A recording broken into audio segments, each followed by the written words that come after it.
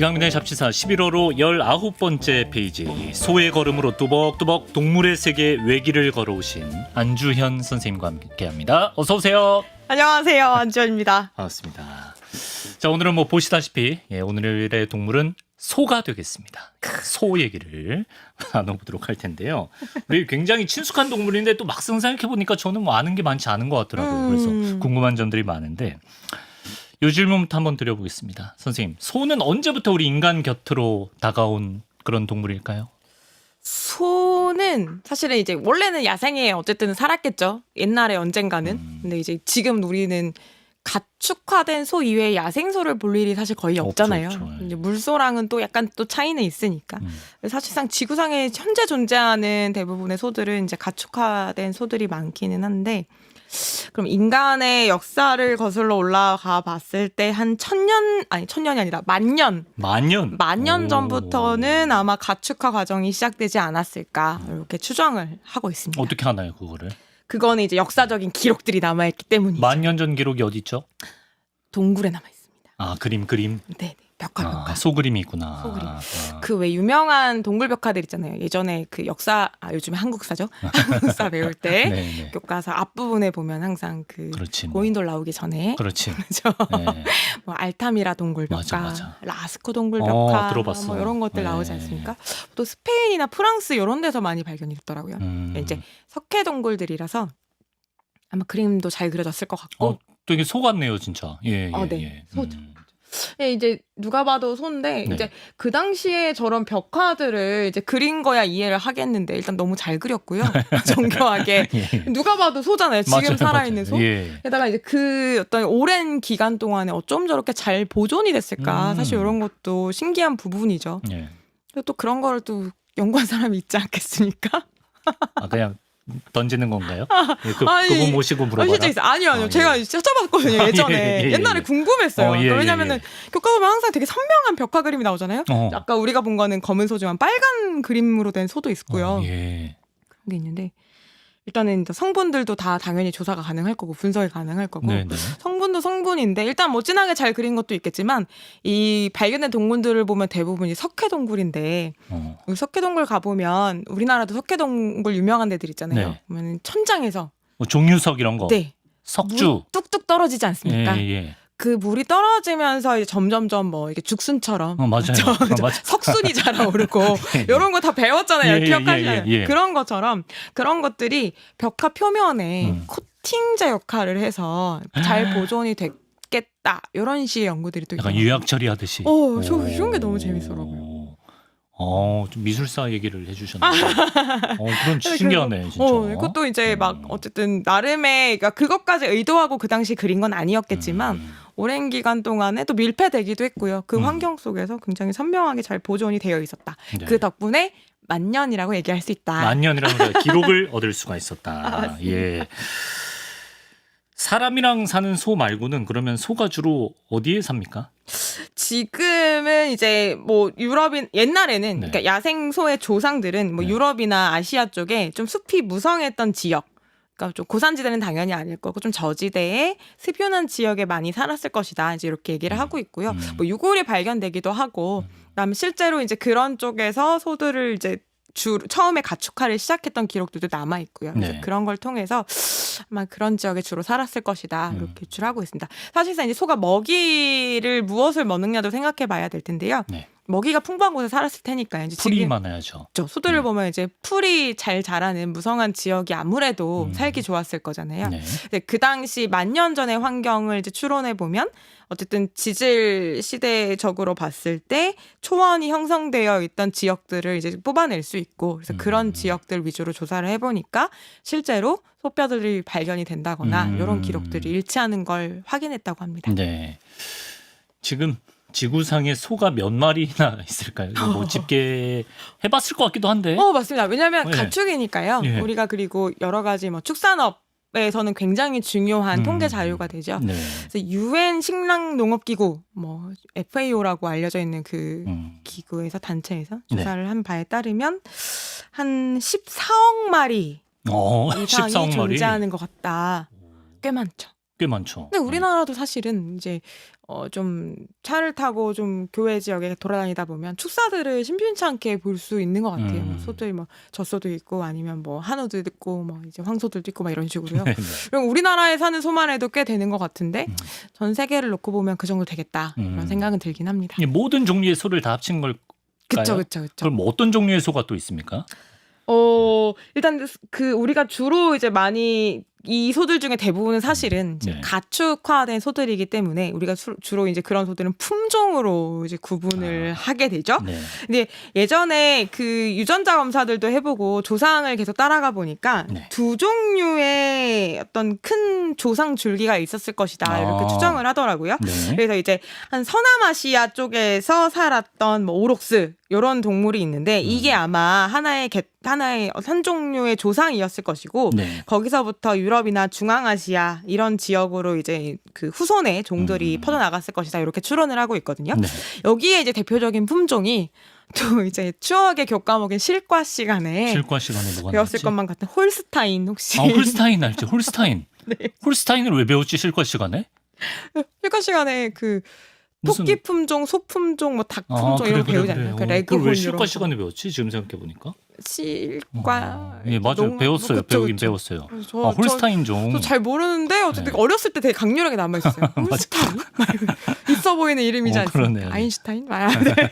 오록스 계열이다. 홀스타인이. 뭐 앵거스도 많이 들어보셨죠? 앵거스. 스테이크 때문에 아마 많이 아, 들어보셨죠? 그러네.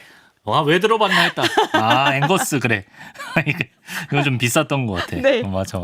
아, 그런 게 있고 또 오록스 말고 또 한 네. 줄기는 뭔가요? 또 다른 쪽에는 지부라고 해서 인도 쪽에서 나타난 이제 지부형소라고 해서 여기는 한 8,000년 전쯤에 여기 조상종이 있었고 네. 여기로부터 나타난 이제 품종들이 있는데 얘네들의 특징은 아까 앞서 말씀드렸던 오록스는 좀 한대 추운 지역에서도 강하게 자랄 수 있는 네, 그런 네. 종이라면 얘네는 좀 더운 지역에서 잘 살아남는 종이었대요. 네. 지금은 대표 품종은 제가 이렇게 브라만 브라마는 그 계급 아니에요? 계급? 인도 계급? 소는 신성하니까요. 예, 그래서 브라만종 품종이죠. 그다음에 네. 뭐 네로레 뭐 이런 종들이 있다고 합니다. 아, 그리고 이제 가장 큰 특징은 어쨌든 더운 지역에서 잘 사는 것과 그다음에 이제 추운 지역에서 잘 사는 거 이렇게 크까지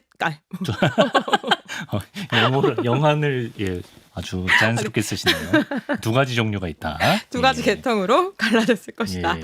이렇게 이야기하고 있습니다. 그렇군요. 근데 뭐 용도에 따라서도 구분을 우리도 흔하게 하죠. 뭐 고기용으로 쓸 거냐, 아, 우유용으로 쓸 거냐, 아. 유구, 그다음에 뭐 우유, 그렇죠. 뭐 두 개를 다 겸하느냐 뭐 이런 식으로. 그러니까 결국 가축화되어 있기 때문에 사람의 편의에 의해서 또 구분하는 부분이 있기도 합니다. 네. 소는 몇 살 정도까지 삽니까? 수명의 문제군요. 아, 예. 아니, 뭐 다른 얘기 하셔도 되고. 얼마나 살 것 같으세요? 소요? 네. 한 20살? 음. 얼추 맞나요? 어떻게 하셨죠? 네. 평균적으로 봤을 때 한 15년에서 20년. 근데 사실은 이제 잘 키우고 잘 관리받으면 25년에서 30년 정도까지도 네. 살 수는 있다고 합니다. 하지만 문제는 사람들이 그때까지 이제 가만두진 않겠죠. 중간에 이제 여러 가지 용도로 그렇죠. 예. 있긴 할 텐데 어쨌든 그러다 보니까 평균 한 15년에서 20년 정도가 일반적인 범위라고 합니다. 네. 소 뿔은 이게 뭐 어느 정도 자라면 멈추죠? 이게 계속 자라서 뭐 관리해줘야 되고 이런 거 아니죠? 숯불은 계속 자랍니다. 계속 자라요? 손톱처럼? 이거 지금 이만하죠? 내일 자고 일어나면 이렇게 밀어내는 거예요. 아, 소뿔이 계속 자라요? 네. 그럼 잘라주는 거예요, 그거를? 숯불은 자라는데 네. 근데 그런 거 생각해 보시면 야생소들도 네. 뿔은 있거든요. 걔네는 누가 잘라주지 않잖아요. 근데 이제 그렇죠. 맨날 자란다고 생각하면 매일 길면은 막 진짜 천장을 뚫고 사슴처럼 올 되겠죠. 동안. 예. 근데 그러면은 오히려 살기 힘들죠. 나뭇가지에 걸리고 나뭇가지에 걸리고 도망가기 힘들고 눈에 잘 띄고. 눈에 잘 띄고. 네. 그래. 그러니까 자연스럽게 매일매일 자라나는 어느 정도 자라고 나면 야생에서는 이제 그거에 대해서 마모가 일어나기도 하고요. 아. 여기저기 뭐 잘리기도 하고 그다음에 이제 걔 알아서 이렇게 뭐랄까 좀 관리를 하는 부분도 야생에서도 약간 이렇게 이제 그런 일부러 부분이 좀- 있죠. 네네. 어. 또 상대적으로 많이 사용하는 부분이기도 하잖아요. 네. 방어를 할 때 사용하기도 하고 여러 가지 뭐 나무에 어떤 이렇게 한다던가 그죠? 이제 관리를 하고 있다고 합니다. 아. 근데 뿔이 생각보다 재밌는 게 네. 우리가 이제 이거는 뼈인가라고 생각하기 쉽잖아요. 왜냐하면 단단하니까 우리 입장에서는. 네. 이제 내부에 보면은 이제 머리뼈 두개골에서부터 좀 변형된 뼈 구조가 사실은 내부에 있기는 한데 그거 바깥에는 단백질 아 그래요? 우리 케라틴이라는 단백질로. 케라틴, 코뿔소 뿔도 케라틴. 네. 그렇죠. 손톱도 케라틴. 맞아요. 맞아요. 그래서 이제 겹겹이 있는 거라서 그래서 사실은 계속 자라나는 느낌이고 사람의 손발도 말씀하신 대로 이제 그러네, 같은 진짜. 단백질로 되어 있습니다. 예.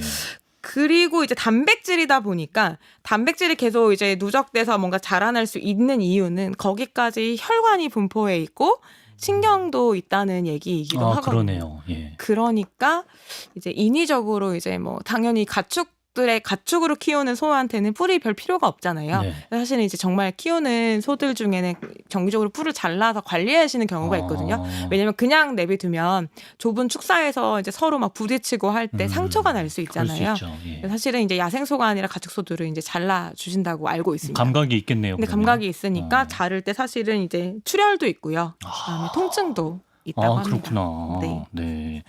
안쓰럽죠? 안쓰럽습니다. 예. 네. 암소 한 마리는 평생 송아지를 몇 마리나 낳을까요? 일단은 그 출산이 가능한 연령이 되어야 하는데 보통 이제 성적인 성숙이 일어나야 출산이 가능할 텐데 그게 이제 태어난 지 한 8개월에서 12개월 정도라고 알려져 있거든요. 그럼 이제 한 1년 정도 지나면 이제 출산이 가능하고요. 하지만 이제 초산은 보통 2년 정도, 2살 이제 암컷 소 정도는 2살 전후로 출산을 시작하고요. 네. 그다음에 임신 기간은 보통 280일 정도로 알려져 있습니다. 비슷하네요, 우리랑. 사람이랑. 네, 280일이면 이제 그쵸. 9개월 정도 되니까요, 그렇죠. 그리고 나니까 평균 분망 간격을 따져보면 네. 결국은 한 1년 정도잖아요. 네, 12개월에서 그쵸. 한 14개월 정도로 잡고 그러다 보니까 평생 낳는 송아지는 한 6마리에서 10마리 정도라고 합니다. 그렇겠구나. 왜냐하면 또 이제 임신 가능한 연령이 시기가 정해져 있기 때문에 네. 그게 한 10년 정도라고 해요. 네. 이제 1년에 한 마리씩 정말 꼬박꼬박 낳는다 치면은 10마리가 될 거고 그게 아니라 주기가 좀 길어진다 하면 6마리 정도 된다고 합니다. 그렇군요. 그 송아지 하면 궁금했던 게 얘네 태어났을 때 보면 태어나자마자 어떻게든 막 비틀비틀거리면서 일어나려고 하더라고요. 네. 네 발로 서려고. 네, 네.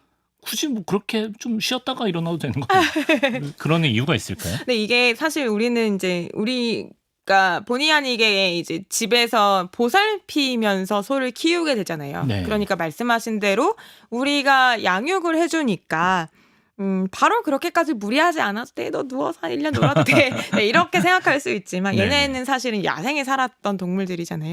생각해보면 야생에서는 태어났는데 태어난 직후에 소는 가장 약한 시기잖아요. 그렇죠. 일생에서. 네. 그럼 빨리 뭔가 걷고 뛰고 움직일 수 있어야 혹시나 그 순간에 기습이 들어왔을 때 방어할 수 있죠. 대처할 수 있고. 그러니까 하루라도 빨리, 한시라도 그렇지. 빨리 걷고 그다음에 뭐 눈도 뜨고 적응할 수 있어야 된다. 어미소가 물고 갈 수도 없으니까. 그쵸. 그렇죠. 그렇겠네요, 진짜. 예. 네. 예. 수다는 물고 가죠. 수다를 물고 가죠. 예, 잘 네. 물어주죠. 예, 사람하고 그래서 그런 차이가 있습니다. 사람 같은 경우는 이제 일단 눈을 감고 태어난다고 하고요. 네. 그다음에 이제 초식동물들 잘 살펴보면 눈 뜨고 태어나는 경우들도 많고 네. 그다음에 태어나자마자 말씀하신 대로 어떻게든 비틀비틀 일어서서 음. 바로 뛰고 걷는 것들이 많죠.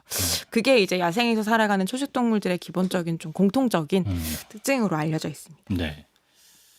송아지가 못 일어나면 어떻게 되냐고 질문이 들어왔는데요.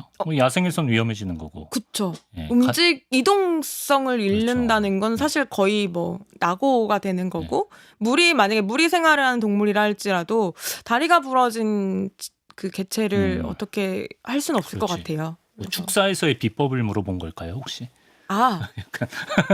오. 송아지 일으켜 세우는 방법. 뭐 그런 거 있잖아요. 뭐 장어 먹이면 뭐 이러는 그건 아니겠죠. 만약에 예, 이제 뼈가 넘어가겠습니다. 부러진 거면 이제 예. 부목 처리를 해야 될 거고 그다음에 아니라면 회복 시간을 주면 되긴 할 텐데 또 여기 이렇게 말하면 좀 약간 냉정할 수 있지만 어떤 여러 가지 절충이 있지 않을까요? 이거를 그렇게 해서라도 살릴만 하면 살릴 거고 그게 그렇지. 아니라면 다른 용도로 바로 이제 넘어가지 않을까.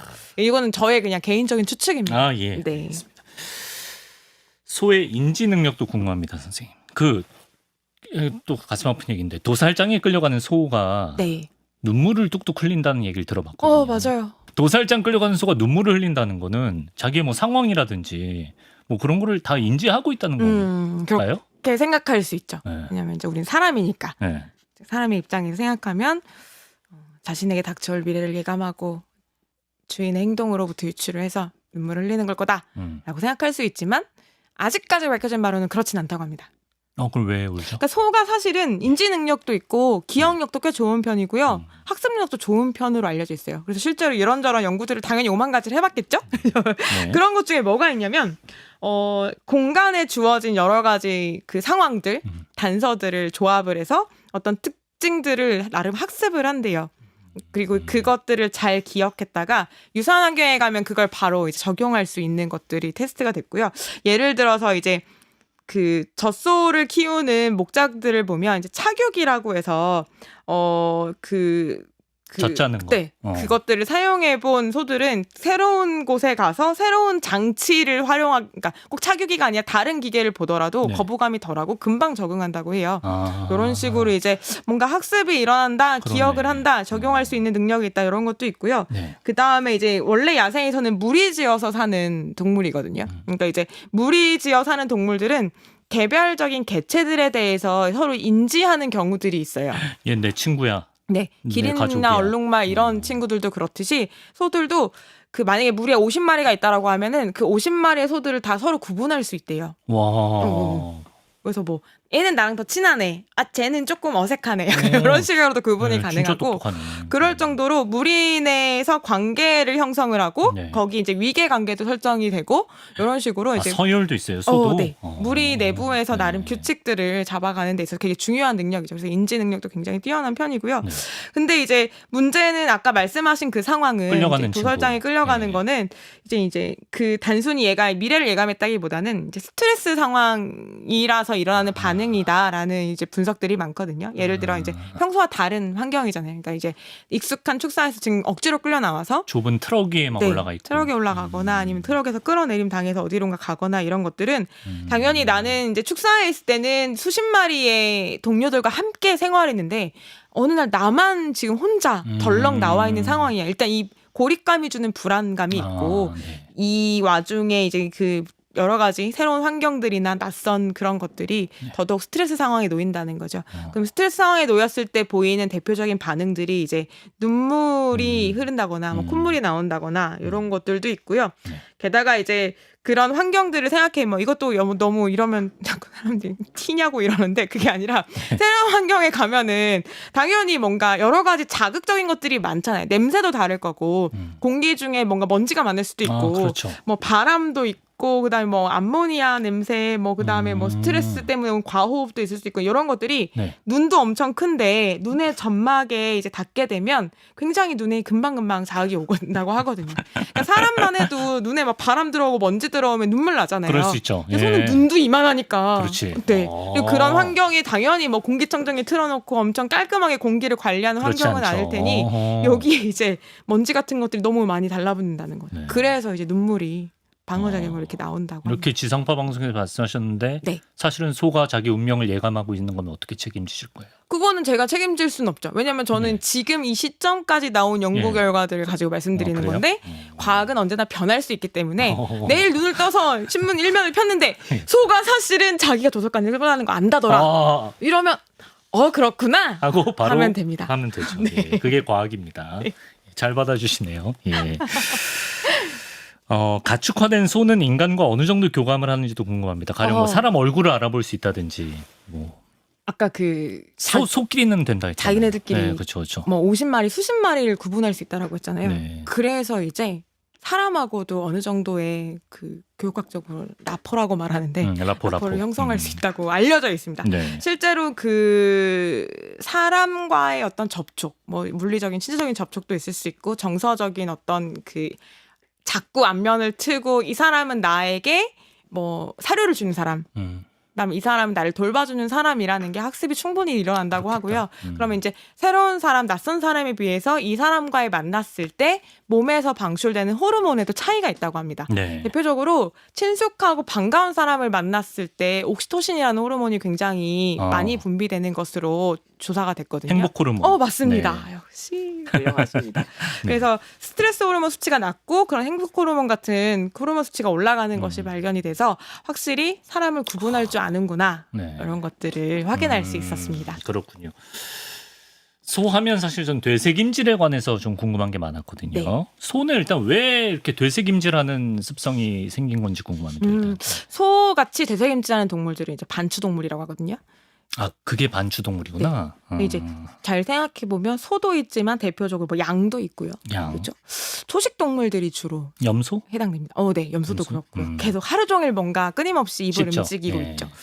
이 친구들은 풀이 있는 환경에서 편안하게 풀을 뜯어 먹으면 너무 좋겠는데 야생의 초원을 생각해 보면 초원은 사실 되게 위험한 공간이에요.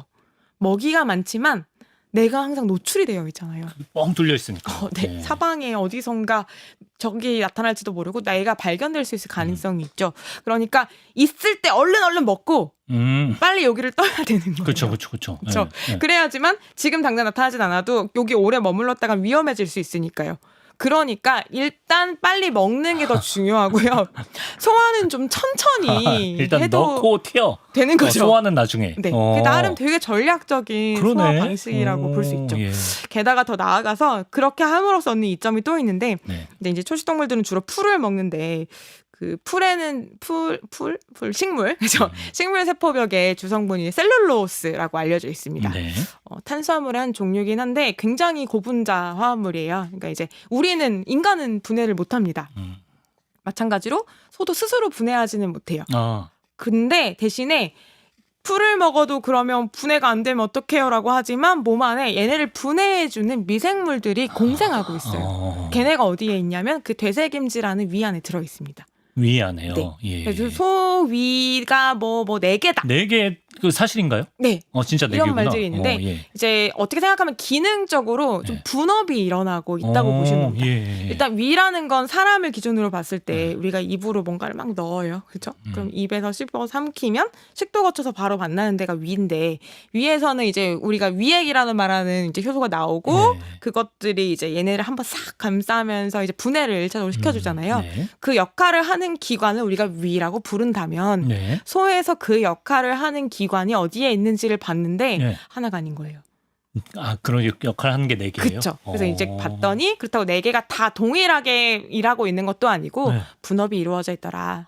이제 4군데가 있습니다. 그래서 하나하나 보면 뭐 혹위, 뭐 벌집위, 뭐 겹주름위, 뭐 주름위 이런 식으로 있습니다. 여기 이제 뭐 한자 언어로 쓰이기도 하고 하는데 막창은 저기 왜 네. 들어? 양막창 천엽 그게 지금 그 위구나. 이거 되게 다시 봐도 맛있어 보이네요. 자, 아무튼 그래요. 네 군데의 위가 있는데 네. 이 중에 이제 호기에는 이제 미생물 발효 탱크처럼 미생물이 들어 있어요. 네. 그러니까 얘네가 1차적으로 들어온 그 풀을 씹어 넘겨서 그 식물이 어쨌든 물리적으로는 조각조각 나 있잖아요. 나 있죠. 열심히 씹어서 네. 넘겼으니까 네. 그걸 이제 화학적으로 분해를 해야겠죠. 이제 그런 역할을 해주는 미생물들이 살고 있습니다. 그래서 얘네 입장에서는 미생물 입장에서는 너무 좋은 거죠. 여기 잘 적응하고 살고 있으면 네. 주기적으로 넣어주니까요. 예. 그럼 그거 좋아 이러고 이제 분해를 하게 되면 그러네. 얘네가 분해를 해서 이제 만들게 되는 결과물을 이제 소가 흡수를 하게 돼요. 그래서 서로 좋은 거죠. 윈윈이죠. 그쵸. 예. 이제 공생을 하고 있습니다. 야, 그냥 하루 종일 그걸 하는 건가요? 뭐 횟수가 정해져 있나요? 횟수가 되새김질? 정해져 있지는 않고 이제 네. 먹은 거는 어쨌든 다 이제 소화를 시켜야 되니까 이제 먹은 만큼의 되새김질을 계속 하는데 근데 가만히 보면은 거의 하루 종일 씻고 있는 듯한 느낌이 있잖아요. 근데 이제 그런 걸 또 누군가는 계속 이제 봤겠죠. 관찰을 얼마나 했어요. 하나. 예. 그랬더니 일단 이제 그 되새김질을 하는 동안에 무슨 일이 일어나냐 봤더니 일단은 침분비가 굉장히 증가를 하더라. 당연한 거죠. 계속 그렇겠죠. 씹으니까. 예. 그 다음에 몸 안에서 이제 가스가 만들어지니까 미생물들이 요거를 이제 발효시키는 과정에서 사실은 부산물로 이제 가스가 만들어지거든요. 가스를 계속 이제 배출을 하더라. 그렇죠. 그거를 이제 위로 아래로. 그걸 관찰해낸 거예요? 위로 아래로 내보내는데 네. 그 중에 이제 이산화탄소도 있지만 이제 이 메탄이라는 그래 기체가 소방기가 뭐 지구온난화 네, 주범이다. 이거 맞습니다. 너무 많이 들어봤죠. 메탄이라는 예. 기체가 나오더라. 그래서 이런 표현이 있죠. 근데 메탄이 나오는 양을 봤더니 꽤 많은 거예요. 그래서 이제 소가 소가 방귀를 뀌면 기후 변화가 심각해진다. 뭐 이런 식으로 소 방귀세 도입한 나라도 있다 네. 그러고. 굉장히 이제 좀 물론 중간 단계가 많이 생략되어 있는 표현이긴 하지만 그 정도로 어쨌든 소가 꽤 많은 양의 메탄을 배출하는구나 이렇게 알려져 있고요. 네. 심지어 전 세계 14억 마리나 있다고 했잖아요. 그렇죠. 그러니까 얘네가 이제 만약에 동시에 모두가 꽉 하면 그러면은 이제 예. 좀 지구 기온이 한번 흔들 할 수 있을 정도가 될 수 있지 않을까 이런 이제 농담 겸 한번 해보겠습니다. 네. 그리고 대세김질하는 시간을 그래서 관찰해봤다고 말씀드렸는데 네네. 가만 봤더니 24시간 봤더니 잠자는 시간보다 대세김질하는 시간이 더 많대요. 소화의 진심이에요. 네. 그래서 소가 자는 시간을 봤더니 보통 평균적으로 한 4시간 정도 잔다고 하거든요. 생각보다 조금밖에 안 자죠. 그러네요. 예. 그런데 그중에 대세김질하는 시간을 봤더니 하루 평균 한우 기준으로 한 8시간, 6시간에서 8시간, 젖소 기준으로 7시간에서 한 10시간. 그러니까 결국 뭐 평균 한 8, 9시간 정도는 열심히 대세김질을 하고 있다. 네, 이렇게 가는 거고요. 소처럼 일하라 그러는데 사실 뭐 소화만 시키고 있네요. 그렇죠. 근데 얘네가 이제 사료를 먹으면 좀 방금 그렇게 덜한 편인데 이제 방목해서 키우는 소들 있잖아요. 그 소들은 정말로 이제 풀을 먹잖아요. 이 소들은 하루 최대 11시간까지도 대세김질하는 게 이제 관찰이 됐다고 합니다. 근데 그만큼 또 풀 비중이 낮고 사료 비중이 높으면 또 시간이 줄어들기도 하고요. 예. 이것도 궁금한데 되새김질 많이 하는 소가 우유를 더 많이 생산할 수가 있나요? 네. 이거 어떻게 연결되지? 일단은 생각해보면 네. 대세김질 많이 하는 소는 행복한 상태예요. 그만큼 많이 먹고 잘 소화시켰다는 얘기니까. 그러니까 대세김질을 할 만큼 지금 안전한 상황에 풍족하고. 있잖아요. 예. 그래서 보통 어렸을 때 밥 먹고 바로 누우면 소 된다 이런 말 들어보셨죠? 들어봤죠. 소가 예. 된 게으름뱅이 이런 말 소가 들어봤죠? 된 게으름뱅이 들어봤죠. 네. 역시 선생님. 예. 네, 그런데 네. 소들은 진짜 대세김질할 때 누워 있는 걸 선호한다고 합니다. 누워서 하는구나. 누워서 대세김질을 해요. 네. 근데 뭐 우리 밥 먹고 바로 누우면 소화 안 되잖아. 그럼 소도 누우면 소화가 안 되는 게 아닐까? 걔는 근데 이렇게 눕긴 하죠. 그쵸. 예, 그 우리처럼 생각을 이렇게 안 하는데 가만 보니까 네. 오히려 누워있는 자세가 되게 편안한, 그러니까 내부 구조를 봤을 때 편안하게 놓여진 상태가 된대요. 네. 근데 이제 4개, 아까 위가 4개나 들어있다고 말씀드렸는데, 네. 그 중에 이제 중요한 미생물들이 들어있는 호기가 그 복부 왼쪽에 있는데, 후기. 그냥 서 있을 때는 이게 눌려있을 거잖아요. 네. 폐에 눌려있는데, 네. 이게 누워주면 폐가 이제 위치가 바뀌면서 얘도 이제 온전하게 좀 자기만의 독자적인 공간을 확보할 수가 있는 거죠. 여유 공간. 그러니까 더 원활하게. 그래요? 제가 지금 연결할 수 역류성 있고. 식도염 때문에 기침이 너무 심한데 아, 저도 그 자세로 그건 안 됩니다. 다르니까요. 전 우리는 소가 소화 구조는 아니니까요. 다르니까. 우리는 예. 위까지 직통이거든요. 전 소가 된 게으름뱅이가 아니니까요. 직통이니까요. 예. 네, 죄송합니다. 맞습니다. 우리는 소화기관 되게 단순. 그래서 누워서 되새김질을 한다. 누워서 대세김질하는 게 오히려 되게 편안한 상태고요. 근데 우유가 왜 더 많이 나와요? 예. 대세김질을 한다는 건 결국 먹은 거를 잘 네. 쓸 수 있다는 거고 네. 이 대세김질이 활발한 소는 결국 이 먹은 풀에 있는 섬유질을 잘 발효시켜서 충분히 내가 흡수하고 있고 게다가 이게 소화가 일어남으로 인해서 내부에 위 안에 pH가 안정화가 된대요. 그러니까 이제 소화 요소가 나오면서 발효가 계속 일어나면서 내부 이제 조건이 맞아 떨어지고 게다가 미생물 발효 산물들이 계속 이제 만들어지잖아요. 네. 미생물들이 분해하면서 만들어지는 이제 부산물들이 있는데 네. 그게 우유가 만들어지는데 좋은 효과를 준다고 합니다. 그래서 결과적으로는 결국 대세김질을 많이 하는 소의 우유 생산량이 높기도 하고요. 그 다음에 얘기할까 말까 고민하시는 것 같은데요. 네. 같은 얘기 반복인 것 같아서 약간 고민을 했습니다. 굳이 안 해도 될 것 같습니다. 예. 쿨하세요. 네. 알겠습니다. 아까 그 소 방귀 이제 메탄가스가 지구 온난화에 영향을 준다 말씀하셨는데 반대의 경우도 있나 봐요. 기온의 변화가 소에게 영향을 미치는 사례도 있습니까? 네. 그렇죠. 이거는 사실 요즘 생태계 얘기를 할 때는 항상 빠질 수 없는 부분이긴 한데 역시나 이제 기후 위기죠.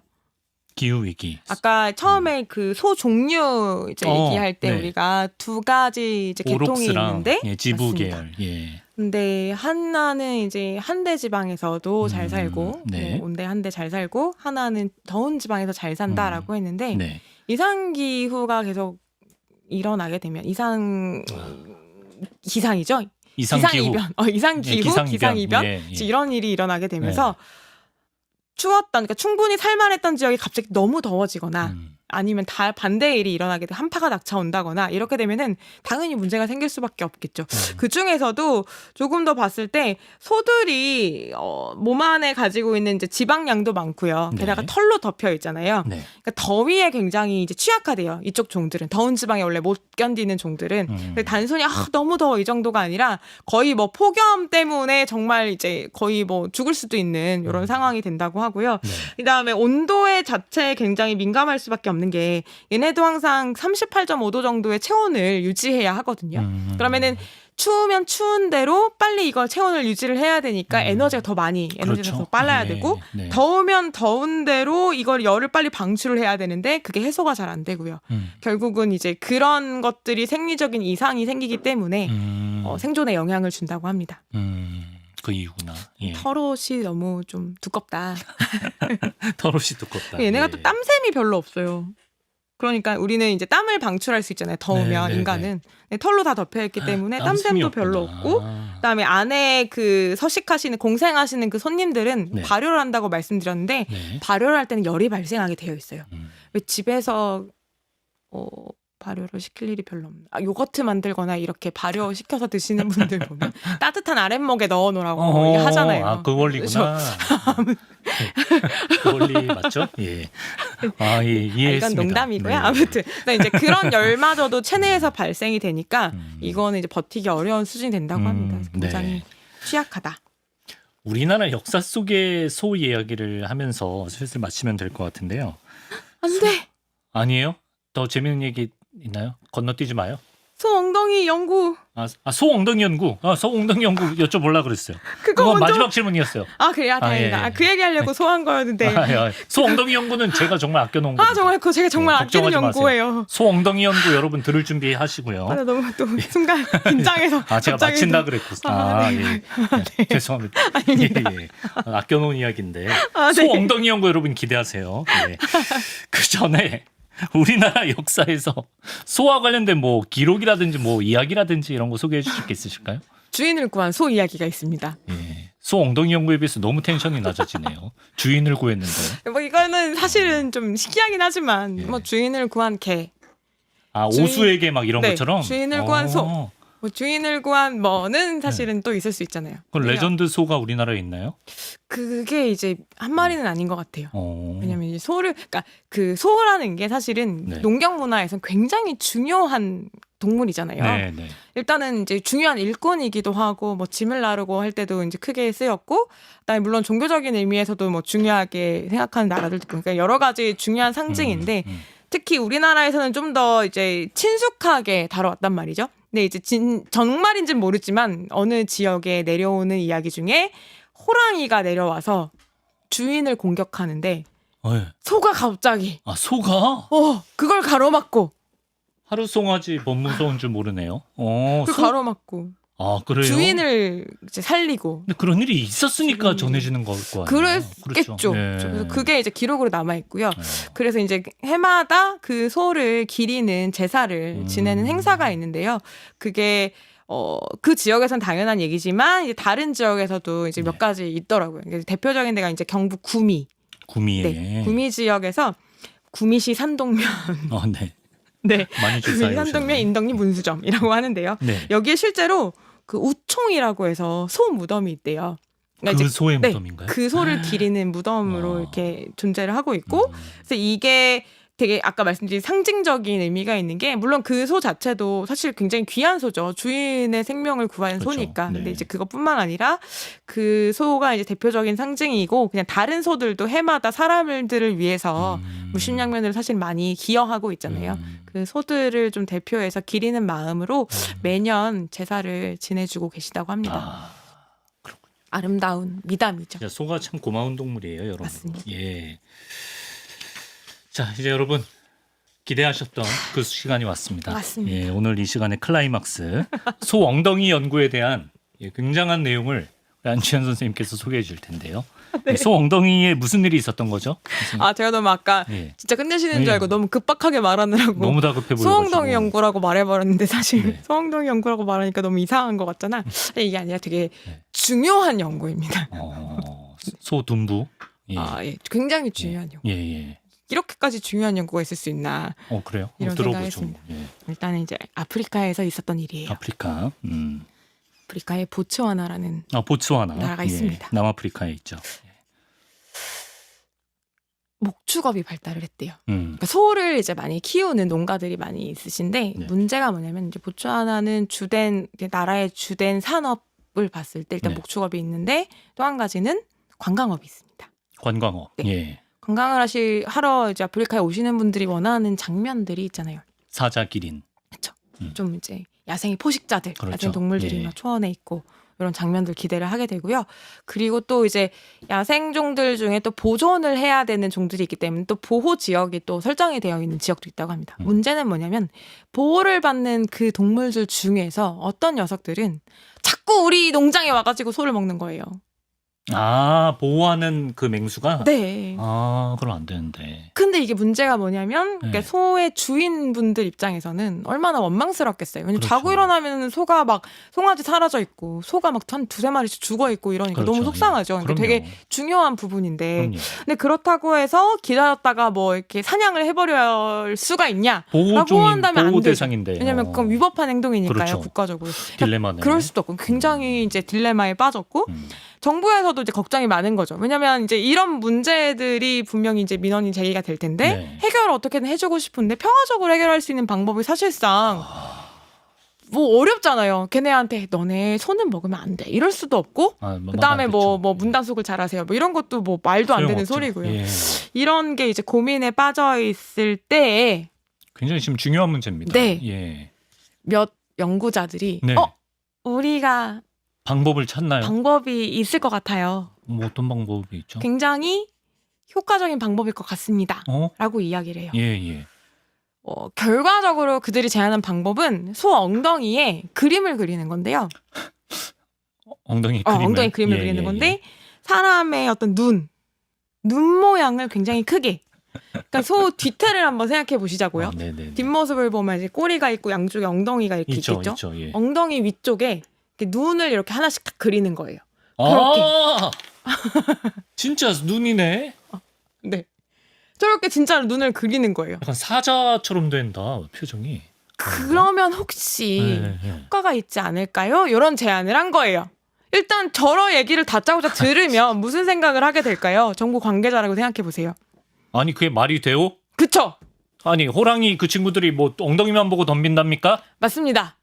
라고 할 것 같아요. 네. 네. 이제 그런 반박을 방어하기 위해서 이제 근거가 되는 연구들을 차곡차곡 조사를 하고 모아보는 거죠. 네네. 선행 연구라고 우리가 보통 하지 않습니까? 예. 그 중에 하나 뭐가 있냐면 사회 실험을 한 게 있는데요. 유럽에서 자전거를 그렇게 많이 훔쳐간대요. 유럽에서. 네. 예. 자전거를 이제 막 이렇게 자전거 주차장이죠. 자전거를 많이 모아놓는 데서 자전거들이 너무 많아서 그 시에서 골머리를 썩다가 무슨 방법이 없을까 고민하다가 사람의 눈이 이만큼 확대되어 있는 포스터를 그냥 거기다 붙여놔요. 뭐 다른 문구 필요 없어요. 그냥 눈 붙여놔요. 눈 이렇게 사진 붙여놨더니 놀랍게도 그 붙여놓은 그 주차장에 자전거 도난율이 거의 0으로 줄어든 거예요.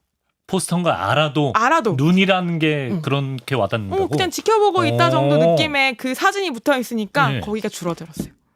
이게 근거가 됩니까?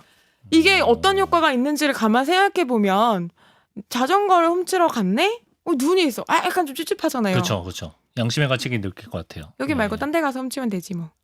그러니까 어쨌든 여기를 계속 피하게 된다는 거죠. 된다. 그러니까 여기 입장에서는 굉장히 성공적으로 된 거죠. 예. 그러니까 사실 돈도 별로 안 들었고 그냥 붙여놓은 게 무슨 그렇죠. 이게 있겠어요. 근데 이게 생각보다 효과가 진짜 좋았던 거예요. 예. 그것도 하나 근거를 두고 또 한 가지는 사실 야생에서 살아가는 동물들 중에 나비 있지 않습니까? 나비요. 예. 나비 중에서 날개에 동물의 눈무늬를 가지고 있는 종들이 있어요. 옛날에 곤충 선생님이 소개해 준 적 있어요. 그래요? 맞아요. 다양하게 막 형형색색의 다양한 나비들도 있겠죠. 그 중에 특별히 눈에 해당하는 무늬를 가진 애들이 있거든요. 그래서 한 쌍이 이렇게 크로스하면 부엉이 눈처럼 막. 맞아요. 그 나비들을 연구하던 연구자들이 뭘 발견했냐면 새들이 이 나비를 공격을 할 때 그 무늬를 피해서 공격을 한다는 걸 알았어요.